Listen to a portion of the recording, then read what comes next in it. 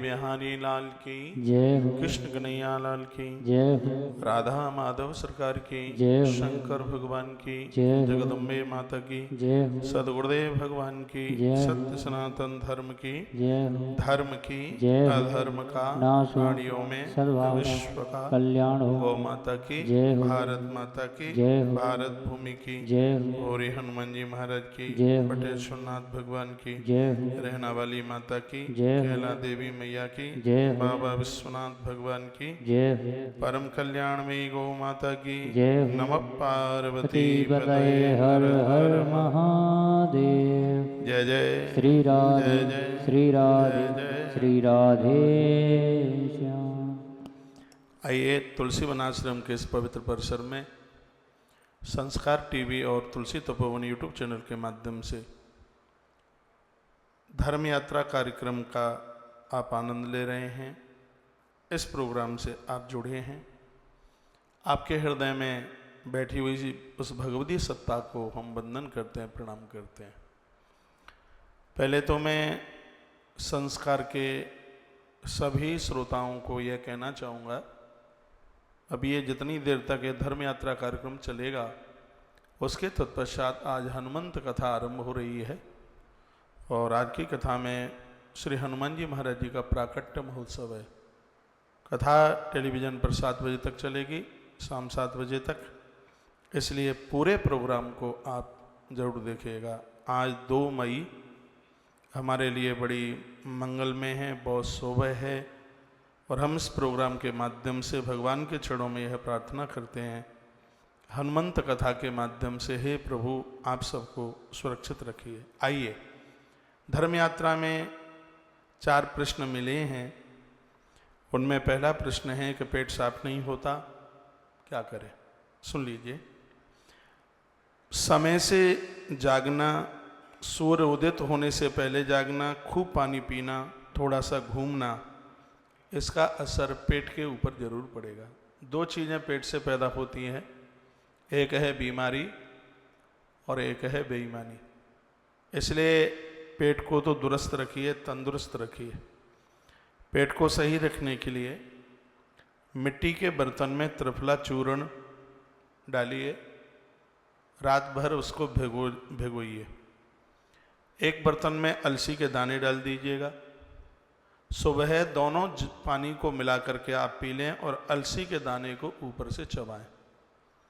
इससे बहुत बड़ा फायदा मिलेगा। 1 चम्मच ईसम की भूसी दूध में डालकर यदि उसको आप प्रयोग में लेते हैं, उसको आप पीते हैं, तो इससे भी आपको बहुत ज़्यादा फायदा मिलेगा। गर्मियों के दिन में पेट का बहुत बड़ा ध्यान रखने की ज़रूरत होती है। पेट ठीक न होने से कई प्रकार की बीमारियां लग जाती हैं। कुछ चीज़ें ऐसी हैं जिनका पेट साफ न हो तो इन चीज़ों को ना खाएं। कुछ चीज़ें ऐसी हैं जिनको मलमूत्र विसर्जन में बहुत टाइम लगता है सुबह, तो आज से ही वह लोग इन चीज़ों को खाना बंद कर दें। सबसे पहला है वो चिप्स ना खाएं, किसी भी प्रकार के चिप्स ना खाएं। एक तो उनका पेट गड़बड़ करता है, पेट साफ नहीं होता, ऊपर से वो चिप्स खाते हैं। यह उनके लिए स्वास्थ्य के लिए बिल्कुल भी ठीक नहीं है। आलू का भी ज़्यादा प्रयोग ना करें, वो भी उनके लिए ज़्यादा फायदेमंद नहीं है। तली हुई चीज़ों का सेवन ना करें, ये भी उनके लिए ठीक नहीं है। और कई दिनों का रखा हुआ पदार्थ ना खाएं, यह भी उनके लिए बिल्कुल ठीक नहीं है। बिस्किट और मैदा से निर्मित जो भी चीज़ें हैं उनको बिल्कुल ना खाएं और कच्चे केले को कभी भी प्रयोग में न लें। यह पेट को बिल्कुल जाम कर करके ये चीज़ें रख देती हैं, जो बातें मैंने आपके बीच में कही हैं। अगर पेट ठीक से साफ हो जाता है तो उसकी बड़ी गुणवत्ता है। पेट यदि साफ नहीं हुआ तो मुंह में छाले हो जाएंगे, जलन होगी, खट्टी डकारें आएंगी और पेट में गैस बनेगी। पेट के साफ न होने से ये दिक्कत है। खट्टी डकार आएगी, मुंह में छाले जरूर हो जाएंगे, गैस पेट में बनेगी, ये सब समस्याएं हो जाएंगी। तो ऐसी आफत क्यों की जाए। लापरवाही करने से ही ये बीमारियां तैयार होती हैं। ये बीमारियां बिना लापरवाही के नहीं होती। जिनका पेट साफ नहीं होता उनका वेट बढ़ता है, उनका वजन बढ़ता है, जो कि स्वास्थ्य के लिए बिल्कुल ठीक नहीं है। मजबूत पाचन तंत्र के लिए पेट का साफ होना बहुत ज़्यादा जरूरी है। पेट साफ करने के कई फायदे दिखाई देते हैं। जिनका पेट साफ है उससे कई फायदे दिखाई देते हैं। एक तो मजबूत पाचन तंत्र होता है, दिनचर्या बहुत उनकी स्वस्थ हो जाती है, उनको काम करते करते थकानता का एहसास नहीं होता। जिनका पेट साफ है ये उसके परिणाम है।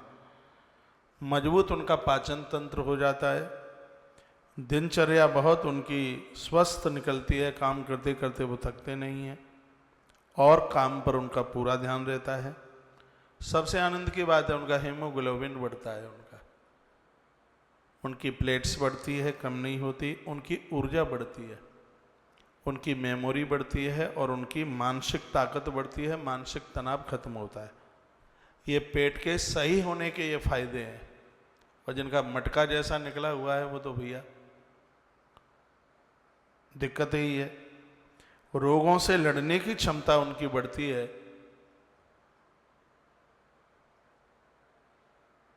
जिनका पेट साफ है, रोग प्रतिरोधक क्षमता बहुत ज़्यादा बढ़ जाती है उनकी। और सबसे आनंद की बात है कि यदि पेट साफ है तो बीमार नहीं होंगे, बीमार नहीं होंगे तो पैसा दवाइयों के ऊपर खर्च नहीं होगा। आपने बड़ा अच्छा प्रश्न किया है। अब मैं शॉर्ट में ये बात कह दूं कि पेट साफ कैसे करें। श्राद्धे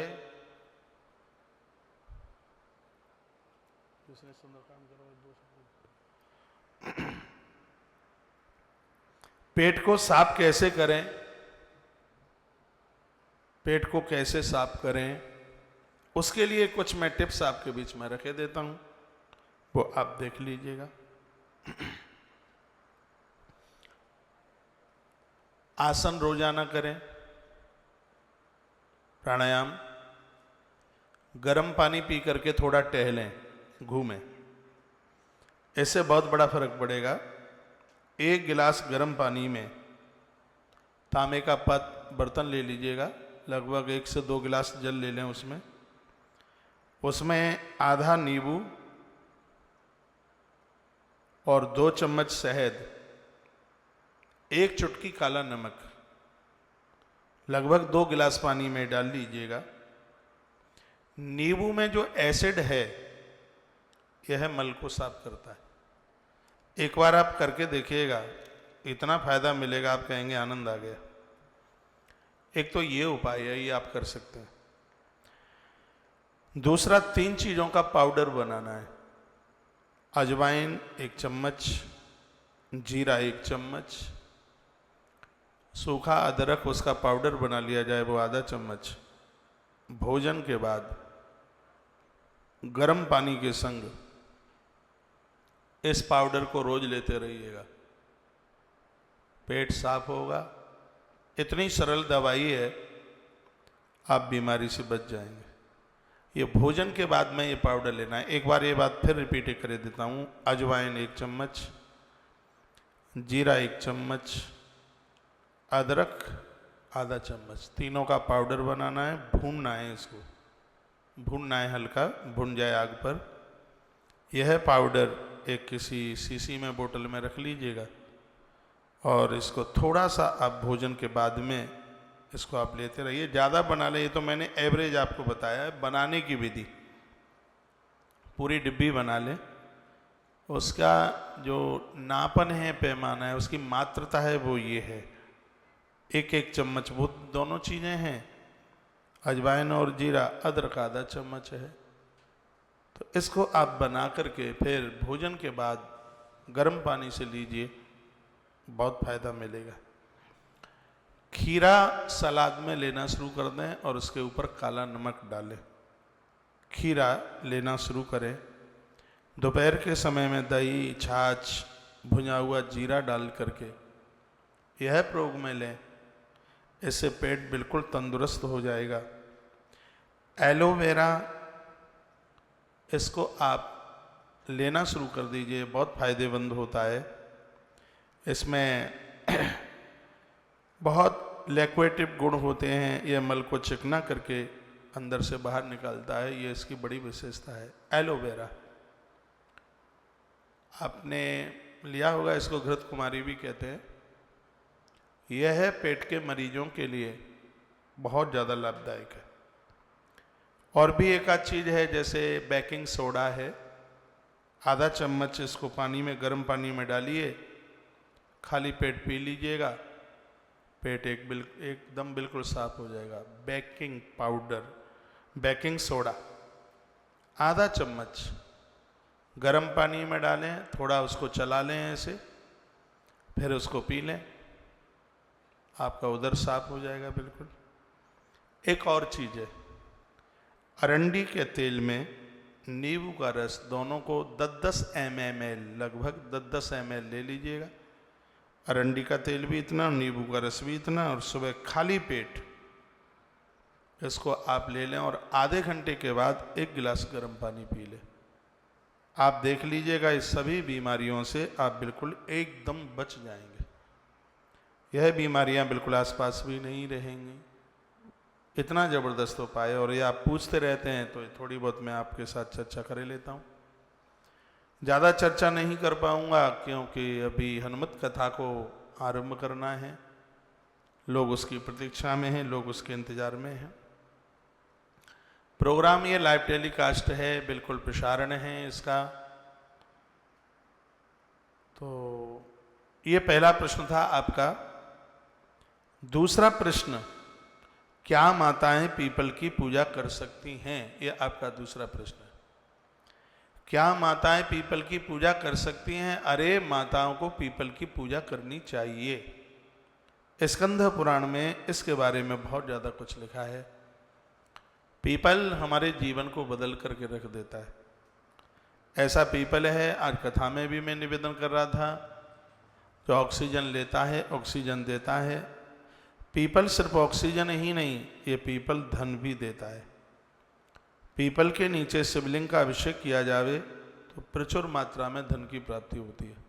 पीपल के नीचे भगवान शंकर का, लिखने लायक बात है पर आप लिख नहीं पाएंगे, पीपल के वृक्ष के नीचे भगवान महादेव का रुद्राभिषेक किया जावे तो प्रचुर मात्रा में धन की प्राप्ति होती है, ऐसा स्कंद पुराण में लिखा है। शनिवार के दिन पीपल के नीचे यज्ञ करने से सभी रोग समाप्त हो जाते हैं। शनिवार के दिन पीपल के वृक्ष के नीचे यज्ञ करने से सभी रोग समाप्त हो जाते हैं, किसी भी प्रकार का रोग नहीं रहता। ये इसकी बहुत बड़ी विशेषता है। पीपल के नीचे महामृत्युंजय मंत्र अपने आप में सिद्ध हो जाता है। कोई भी मंत्र पीपल के नीचे आप जपते हैं तो उसका अनंत गुना तो फल प्राप्त होता ही है। ये पीपल की महिमा है। पीपल की पिंडी में सूत बांधने से उम्र बढ़ती है। सिर्फ रविवार के दिन पीपल की पूजा नहीं की जाती। एक बार दरिद्रता भगवान नारायण के पास पहुंची और कहा, हमें रहने के लिए जगह दे दीजिए। भगवान ने कहा कि तू कौन सी जगह मांगती है, कहाँ तू रहना चाहती है? सो उसने कहा कि पीपल की लोग परिक्रमा बहुत करते हैं। दरिद्रता बोली, लोग पीपल की परिक्रमा बहुत करते हैं, पीपल की पूजा बहुत करते हैं, तो मुझे तुम पीपल में बास दे दीजिए। भगवान ने कहा, क्यों? लोग मेरी पूजा करेंगे, परिक्रमा करेंगे पीपल की, तो मैं उन्हीं के साथ उनके घर चली जाऊंगी, आराम से वहीं रहूंगी।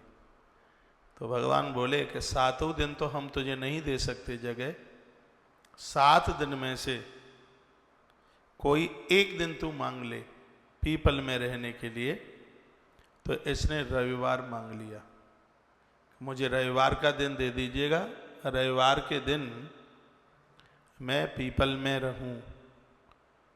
तो हमारे ग्रंथों में तो लिख दिया, सावधान कर दिया, भैया रविवार को दरिद्रता पीपल में रहती है और रविवार के दिन परिक्रमा करोगे, पूजा पाठ करोगे तो इसको कहीं तुम्हें ही अच्छे लग गए तो संग ही संग चली जाएगी। इसलिए खूब इसका प्रचार किया गया था कि रविवार के दिन पीपल की पूजा ना करना, रविवार के दिन पीपल की परिक्रमा मत करना। ये ग्रंथ कथा है, ये कोई हंसाने मुस्कुराने के लिए बात नहीं कही जा रही है, इसलिए दरिद्रता कहीं पीछे ना लग ले, इसलिए रविवार के दिन पीपल की पूजा के लिए मना किया। शनिवार के दिन पीपल की गई पूजा सब कुछ दे देती है, आरोग्यता देती है, संपदा देती है और एक लंबी आयु, लंबा जीवन, ये पूजा पीपल की। अब प्रश्न ये था क्या माताएं कर सकती हैं? माताओं को करना चाहिए, बिल्कुल कहीं भी विरोध नहीं है, कहीं मना नहीं है। अपने परिवार के स्वास्थ्य के लिए, उनकी तरक्की के लिए, उनकी वृद्धि के लिए हर शनिवार को सरसों के तेल की जोत पीपल की जड़ों में जलाइए। आपके परिवार में जितने लोग हैं उनके नाम से पिंडी पर सूत बांधिए। शनिवार के दिन पीपल को स्पर्श कीजिए, उसके पत्ते को रगड़िए। ऐसा बताते हैं कि पीपल के पत्ते पर भगवान महादेव की पिंडी को रख करके यदि अभिषेक कर दिया जावे, भयानक से भयानक रोग समाप्त हो जाते हैं। शनिवार के दिन पीपल के पत्ते पर हनुमान जी को बिठा करके सिंदूर चढ़ा दिया जावे तो बहुत बड़े बड़े संकटों का निवारण हो जाता है। पीपल को भूल करके काटना मत, उसके नीचे मलमूत्र का विसर्जन मत करना। हमारी सनातन संस्कृति में बताया कि संपूर्ण देवताओं ने अपना स्थान पीपल में बसाया। पीपल में विधाता ब्रह्मा हैं, भगवान माधव हैं, पीपल में भगवान महादेव हैं। संपूर्ण देवताओं का निवास पीपल में है। जो पीपल की पूजा करते हैं उन्हें शनि की दशा परेशान नहीं करती, उन्हें शनि नहीं लगता। यह पीपल की बहुत बड़ी महिमा है, अपने आप में बहुत बड़ी महिमा है। इसलिए आपने जो पूछा है माताओं के लिए, पीपल की पूजा कर सकती हैं कि नहीं, बड़े प्रमाण के साथ आप बड़ी शुद्धता पवित्रता के साथ पीपल की पूजा कीजिए। पीपल की पूजा निश्चित रूप से आरोग्यता देगी, लंबा जीवन देगी और संपदा भी देगी। यह पीपल की बहुत बड़ी महिमा है। ये रहा आपका पहला प्रश्न और उसका ही जवाब। अगला प्रश्न है कि बच्चे परेशान करते हैं, इन्हें कैसे संभालें? अब बच्चे आपके हैं तो संभालोगे आप ही, और कौन संभालेगा? हाँ, नानी के यहाँ कितने दिनों तक दे आएंगे? बच्चों को संभालिए, बच्चों को लाड कीजिए, बच्चों को स्नेह कीजिए। मैं कहना चाहूँगा यदि अभी छोटे बच्चे हैं, आप उनका काम कर लोगे तो बुढ़ापे में ये बच्चे आपका काम करेंगे, पक्का। बच्चों को इतना स्नेह दीजिए, इतना लाड दीजिए, बच्चों को पास बिठाइए। नहाने के लिए अंदर व्यवस्था टॉवेल की, साबुन की, तेल की अपने हाथों से कीजिए। बच्चों को अपने हाथों से परोसिए और जब थाली जूठी हो तो उसको अपने हाथों से मत उठाइए। बच्चों को संस्कार दीजिए, भोजन तुम परोसो, जूठी थाली वो उठाकर लेकर के जाए। जहाँ बर्तन साफ होते हैं वहाँ ले जा कर के रखे। सुनो हमारी बात, आपके घर में रिश्तेदार, मेहमान लोग, संबंधी लोग आए हैं, आप भोजन बनाइए और बच्चों के हाथों से परोसवाइए। कितना बड़ा संस्कार बनता है, देखेंगे आप। माता यशोदा ऐसा ही करती थी। नंद बाबा के यहाँ लोग आते थे, मैया बनाती थी और कन्हैया परोसते थे जा करके। यह संस्कार आप दीजिए, चाहे हो बेटा और चाहे हो बेटी। एक बात और मैं कहना चाहूँगा, बच्चों से कभी बच्चे के पापा की शिकायत मत कीजिए। यदि आप पापा हैं तो बच्चों से कभी बच्चों की माँ की शिकायत मत कीजिए। यदि बच्चों का उत्थान चाहते हो आप, एक अपने बच्चों को बहुत ऊपर की काबिलियत में आप चाहते हो, तो ये बात को जरूर सुन लीजिएगा कि आप कभी भी, माता पिता दोनों को मैं बोल रहा हूँ, कभी भी आप शिकायत न करें। इससे शिकायत से बच्चों के हृदय से माता पिता के प्रति दूरियां हो जाती हैं, फिर वो दोष देखते हैं, फिर वो कमियां देखते हैं। आपको तो ऐसा लगता है कि मम्मी की शिकायत कर देंगे तो बेटा हमसे ज़्यादा प्रेम करेगा, पापा की शिकायत कर देंगे उसके की तो ये हमसे ज़्यादा प्रेम करेगा। नहीं, घृणा हो जाएगी उसको। इसलिए भूल करके भी कभी बच्चों से ये शिकायत की बातें मत कीजिए, कभी उनके दादा दादी की शिकायत मत कीजिए। आप जो चाहें बच्चों को सो बना सकते हैं। आप कहते हैं बच्चे बहुत परेशान करते हैं, बिल्कुल परेशान नहीं करते हैं, आपने सिस्टम गड़बड़ कर लिया है।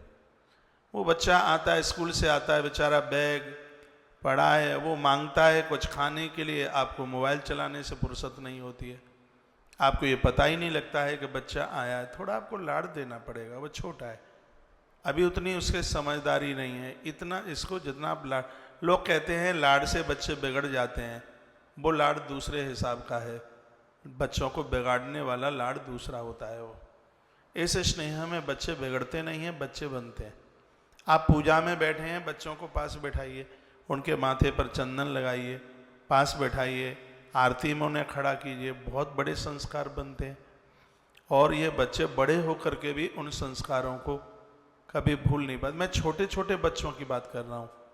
कभी बच्चों को पास बैठाकर बच्चों को अपने पुरानी कथाएं, पुरानी बातें, पूर्वजों की बातें, आप टाइम ही नहीं देते हैं। आप मुझे बहुत माता पिता बहन भाई सुन पा रहे हैं, आप विचार करें आप कितना समय देते हैं बच्चों के लिए, और फिर आप कहते हैं कि बच्चे हमें परेशान करते हैं। आपके पास टाइम ही नहीं है, उनके पास बैठना ही नहीं चाहते।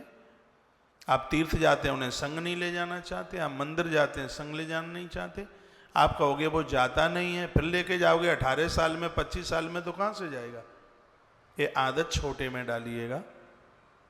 बच्चों को अच्छी चीज बना करके, चाय का कप आप लगा करके दे देती हैं, दिमाग चिड़चिड़ा उसका होता है, क्योंकि तुम पीते हो एक पतेला भर करके चाय, उसी में से उसको भी दे देते हो।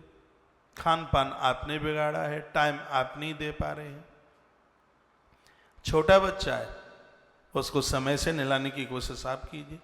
आप नहाएंगे 10 बजे तो वो 11 बजे नहाएगा। वो तो वही करेगा जो देखता है घर में। बच्चे उतने बेकार होते नहीं हैं जितना कि बोला जाता है। ये जीने नहीं देते, बहुत दिक्कत देते हैं, बहुत परेशान करते हैं। एक बार अपने आप को बदल के देखिए, उन्हें लाड कीजिए, पास बैठाइए, उनके ऊपर स्नेह कीजिए, उनके कुछ काम अपने हाथों से कीजिए। आप देखें इन बच्चों में कितना बदलाव आता है। ये मैं सोच के नहीं आया हूं कि मैं बच्चों के पक्ष में मैं बोलूँगा। बच्चे भविष्य हैं देश का, धरती के भविष्य हैं वो। बच्चों को जितना आप स्नेह करोगे उतना ही उनकी आत्मा आपकी तरफ चिपकेगी।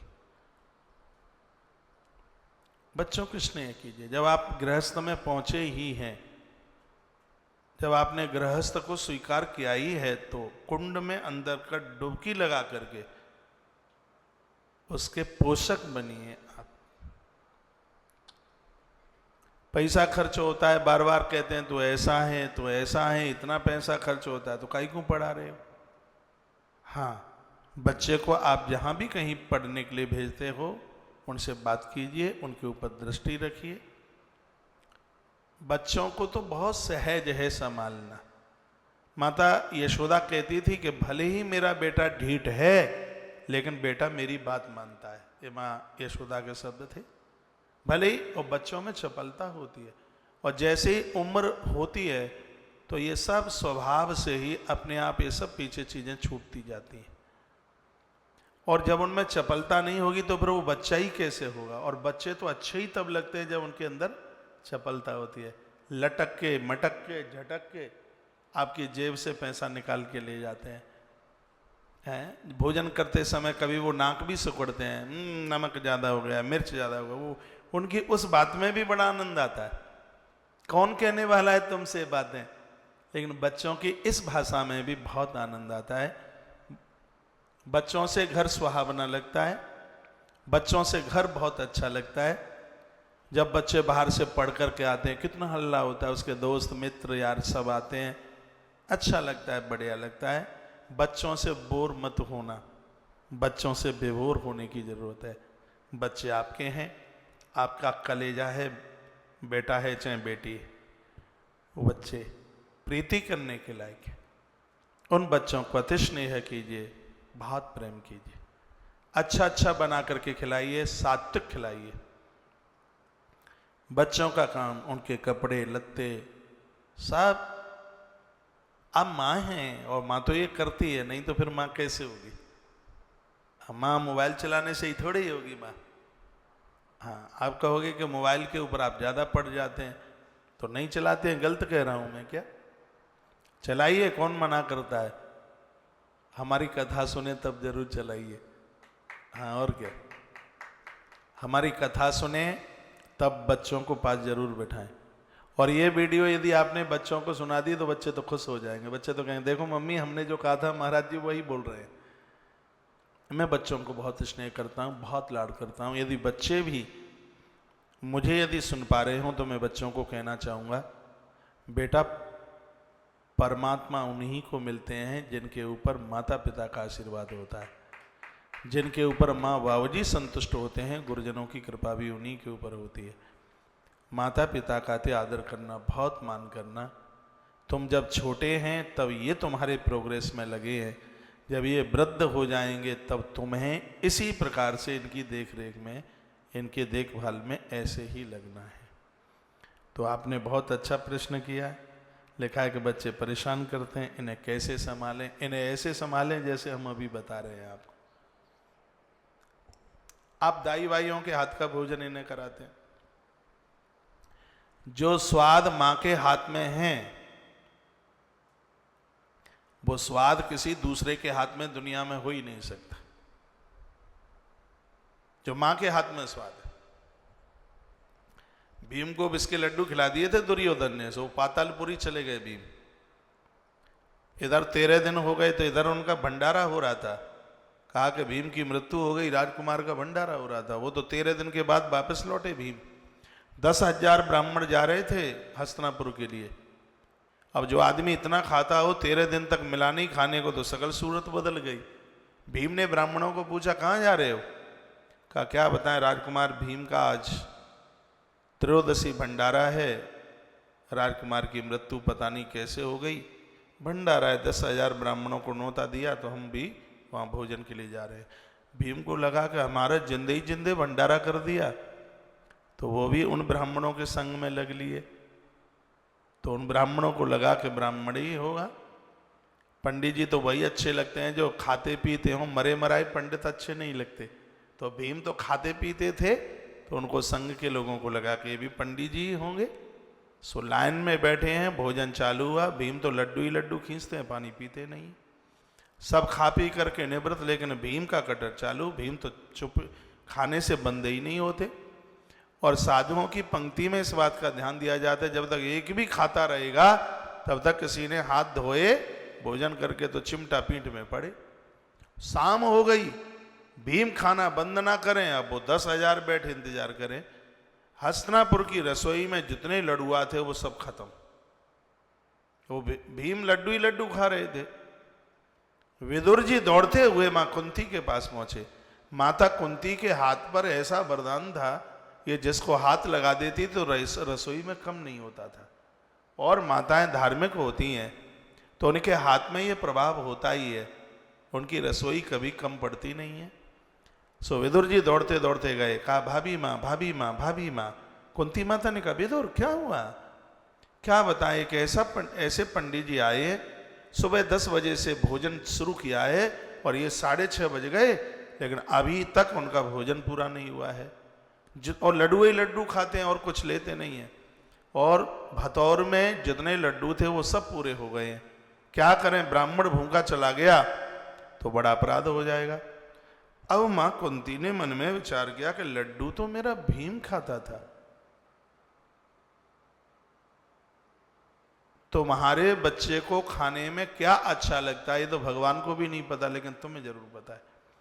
तुम अपने बच्चे को पूरी दुनिया से पहले से जानती हो। अपने बच्चे के बारे में तुम्हें जितनी जानकारी है वो किसी और को नहीं है। मां कुंती को लगा तो भीम ही तो नहीं है, क्योंकि ये मां कुंती हमेशा कहती रहती थी कि मेरे भीम को कोई मौत के घाट उतार दे, ये बात मेरे गले में नहीं बैठती। जब ये भीम की मृत्यु की बात सुनी तब भी मां कुंती ने यही बात कही थी। और मां कुंती ने समझ लिया कि हो सकता है कि मेरा भीम है। मैया ने फटाफट रसोई तैयार की और 4 लड्डू बनाए। विदुर जी ने कहा परातें खाली कर दी, 4 से होगा क्या? तो माता ने कहा चलो फिर 3 मुझे दे जाओ, इसमें से एक ही लेके जाओ। उस ब्राह्मण को एक लड्डू परोस देना, वो तृप्त हो जाएगा। विदुर जी के हाथ में एक लड्डू रखा। विदुर जी वो लड्डू लेके गए और जैसे ही भीम की पत्तल पर परोसा, भीम ने उस लड्डू को खाया, पेट पर हाथ घुमाया और कहा जो भोजन में आनंद मां के हाथ में है वो दूसरी जगह नहीं हो सकता। जो तृप्ति मां के हाथ में है वो दूसरी जगह नहीं होती। ओ विदुर जी ने कहा भीम, भीम ने कहा काका। ये इतनी सी बात आपको सुनाई है। मां के हाथ में जो स्वाद है भोजन में वो कहीं मिल नहीं सकता।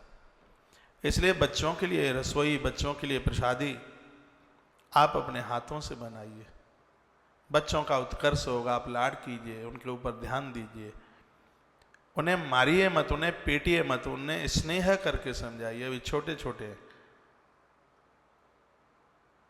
मान जाएंगे। ये तुम्हें परेशान नहीं करते, ये तुमसे प्रीति करते हैं बहुत बारी। ये तुम्हारे बिना रह नहीं पाते, ये तुम्हारे लिए रोते हैं। थोड़ा सा तो तुम पियर चले जाती हो इनको छोड़ करके, तो ये तो तुम्हारे बिना रह नहीं पाते। और तुम कहते हो कि इनको कैसे संभालें, ये बहुत परेशान करते हैं। इनकी तो परेशानी करने में भी भारी आनंद है। आपने बहुत अच्छा प्रश्न किया है। तो बच्चों को आप ही संभाल सकते हैं।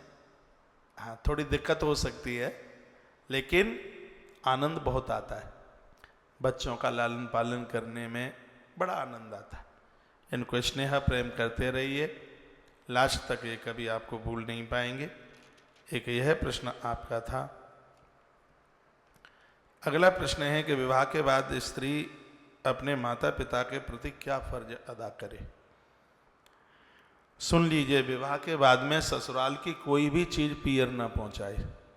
तो फर्ज की ही बात कर रहे हो, पूछा है आपने तो बता रहा हूं। ससुराल से कोई भी चीज वो पियर ना पहुंचाए। ससुराल का धन पियर में जा करके न दे, नहीं तो मुक्ति का दरवाजा माता पिता के लिए आप बंद कर रही हो। और ससुराल की कोई भी बात मिनट मिनट में फोन करके आप अपने पियर मत बताइए। कोई छोटी मोटी घटना घट भी जाती है तो उनको दबाइए, तुम उस घर की लक्ष्मी हो, तुम उस घर की बहू हो। ये नहीं कि थोड़ी सी बात हुई, ननद ने क्या किया, देवरानी ने क्या किया, जेठानी ने क्या किया, और आप फोन पर ये सब यही बातें करती रहती हैं।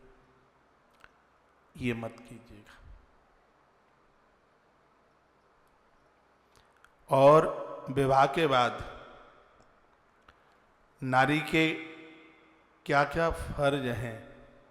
सप्तपदी में 7 वचन लिए जाते हैं, उसमें स्त्री और पुरुष दोनों के ही होते हैं। तो स्त्री एक वचन अपने पति से लेती है, वो ये है कि मेरे पियर में जब कोई त्योहार होगा तब आप हमें रोकेंगे नहीं, ऐसा कुछ बोला जाता है। तो विवाह के तत्पश्चात कभी ये उबना मत कि हमारी तो लड़ाई हो गई है, हमारा तो झगड़ा हो गया है। बहुत मैं आदर पूर्वक ये बात कर रहा हूँ। विवाह के तत्पश्चात आप अपने पियर से रूठिए मत, क्योंकि आपका रूठना किसी भी पियर के लिए शुभ नहीं है, उसके लिए बढ़िया नहीं है। आप फर्ज अदा करने की ही बात कर रहे हैं। भाई के बच्चों को अपने बच्चों की तरह माने। माता कुंती ने कुछ ऐसा ही किया था। भगवान श्री कृष्ण और माता कुंती, बुआ और भतीजे का जो स्नेह प्रेम है वह बड़ा अपने आप में बड़ा अद्भुत रहा है। थोड़ी बहुत परेशानी तो सबके जीवन में आती ही हैं। कौन है जिसके जीवन में परेशानियां ना आती हों।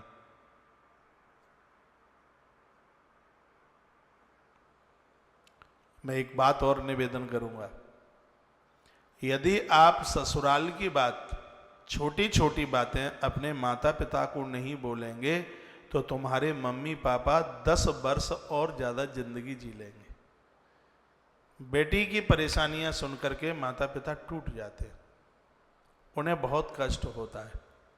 तो छोटी मोटी बातें ना बताएं उन्हें तो वह और ज़्यादा जिंदगी जी लेंगे। ये कुछ बातें आपने जो प्रश्न में जो बातें रखते हैं, प्रश्न बड़े अद्भुत होते हैं। अपनी भाभी की छोटी छोटी बातें अपनी माँ को मत बोलिए।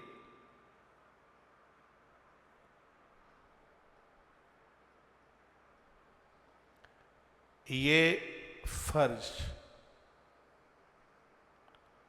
ये जरूर निभाइए। विवाह के बाद माताएं अपने माता पिता के प्रति क्या फर्ज अदा करें। सबसे बड़ी आनंद की बात मैं ये कह रहा हूं, वो ये है कि विवाह के तत्पश्चात भी और विवाह से पूर्व ऐसा जीवन जिए ससुराल में, ऐसा जीवन जिए कि ससुराल के लोग ये कहें ये बेटी इतनी बढ़िया है तो इसको जन्म देने वाले माता पिता कितने बढ़िया होंगे। तुम्हारी वजह से तुम्हारे माता पिता का नाम हो। अपने माता पिता को ये नाम की घूंटी पिला दो, इज्जत की घूंटी पिला दो। यह काम कर दो, ये आपका फर्ज है, यह आपका दायित्व है। 7 भामर पढ़ी आप ससुराल पहुंची हैं, माता पिता को बिल्कुल भूलना नहीं है। ग्रंथों में लिखा है कि भाई यदि धोखा दे देते हैं मम्मी पापा को, तो उस माता पिता को संभालना एक बेटी का फर्ज बन जाता है। माता पिता बेटी का नहीं खाते, सब दुनिया जानती है, लेकिन यदि भाइयों ने धोखा दे दिया है तो फिर वह बेटी ही संभालती है। माता पिता फर्ज की बात आप कर रहे हैं, तो आप जब माता पिता को जब भी मिले तो आप ये कहें, पापा ससुराल भेजने के लिए मैं तुम्हारी कन्या थी और तुम्हें संभालने के लिए मैं तुम्हारे बेटे से कम नहीं हूँ। यह उसकी भावना होनी चाहिए।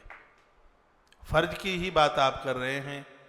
घर ठीक भी नहीं मिला है तो भी माता पिता को कोसिए मत, ये मत कहिए वो अपना प्रारब्ध था जैसा मिला है।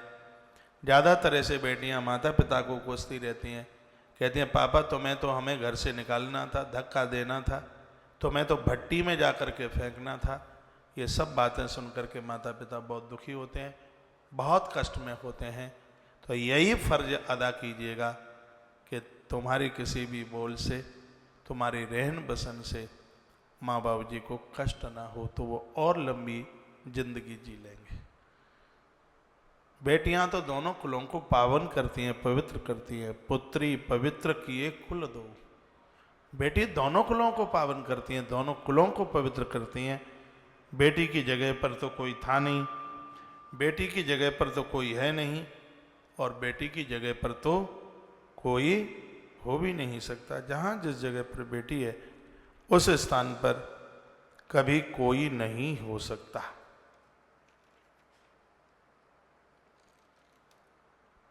तो आज की ये धर्म यात्रा में आपके बीच में ये कुछ प्रश्न किए थे, उनका जवाब दिया है। धर्म यात्रा यह प्रोग्राम आप संस्कार टीवी पर देख रहे हैं, तुलसी तपोवन यूट्यूब चैनल पर देख रहे हैं। इस प्रोग्राम का वैसे रोज का समय रात्रि का 9:15 बजे से है, और इस प्रोग्राम में बड़ी अद्भुत बातें होती हैं, कुछ सीखने की बातें होती हैं, कुछ समझने की बातें होती हैं।